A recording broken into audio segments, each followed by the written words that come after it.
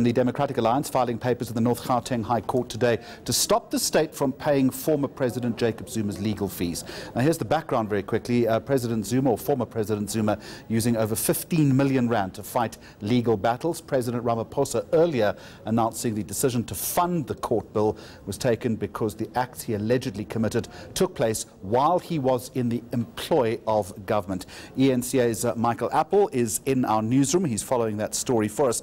Now let's just clear one thing up first, Michael. Those papers, have they been or are they about to be filed? Jeremy, no, they have not as yet been filed. I did just a few minutes ago check in with the DA's federal chairperson, James Self. He said they're busy putting the finishing touches on that application that they're going to be filing with the North Gauteng High Court today. So as of this moment, they haven't yet filed those papers. So what then is the rationale as far as the DA is concerned? What recourse is it seeking, Michael? Well, they want the money recouped, that 15.3 million rand. And it's important to note here in the statement coming out from the Democratic Alliance yesterday that they're flabbergasted that 15.3 million rand has been spent on the civil litigation to date on the so-called spy tape saga. And this will eventually culminate in a criminal trial, if it ever gets there, for the former President Jacob Zuma. But on the civil litigation to date, it's 15.3 million. Before looking at any other cases he's been involved in, which we suspect state money and taxpayer money was also used for. And there's speculation that a legal expert saying it could be anything up to 60 million rand if and when we get to the criminal prosecution of Jacob Zuma. So what exactly then is the Democratic Alliance telling you, Michael? Well, they're saying that they want all the payments that have been made in the past declared unlawful. That agreement, a 2006 and a 2008 agreement between Jacob Zuma and the presidency, they want that agreement declared unlawful. And there's a caveat in the statement that was issued by the president yesterday, Cyril Ramaphosa, saying that if he, Jacob Zuma, acted in his personal capacity and own interest in committing these alleged offences, then he must pay it back personally. It must come out of pocket. And he says that the agreement stands until a court overturns it, almost inviting the Democratic Alliance to go to court to overturn that agreement. All right, let's stay with the Democratic Alliance then. We did hear earlier from James Self, who's the federal chairperson. Set that up for me, please.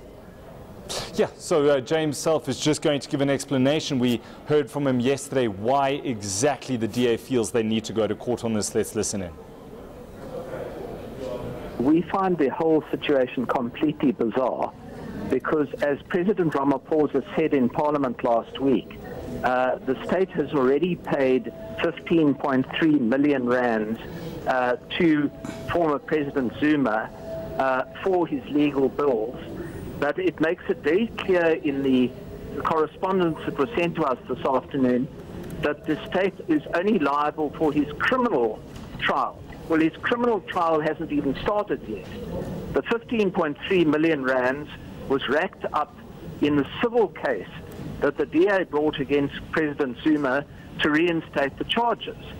So first of all, the agreement doesn't cover civil litigation, it's only for criminal litigation. And secondly, it's our very strong contention that the State Attorney Act does not cover the circumstances of President Zuma's alleged offences, which were committed while he was MEC for Economic Development in KwaZulu-Natal.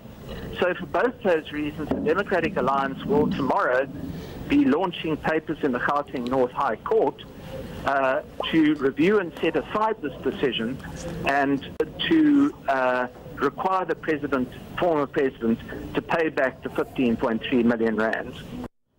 Well, obviously that happening today, that conversation was, as you heard, recorded yesterday. And obviously, Michael Appel, this is something that the legal fraternity is looking on with a great deal of interest too, I imagine.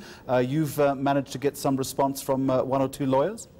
Yeah, that's right. Attorney Ulrich Roux speaking about the State Attorneys Act. This is what the presidency and Jacob Zuma at the time are relying on for why those fees were paid. Let's listen into what he had to say.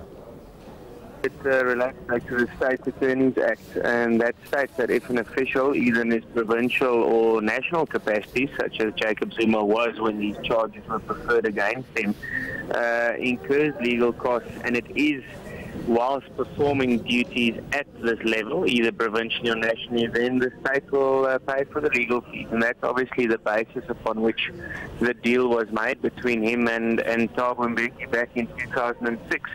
Now, when one looks at the State Attorneys Act, and it does confirm that in Section 3, subsection 3, that an official at that level is entitled to claim back his legal fees from the state.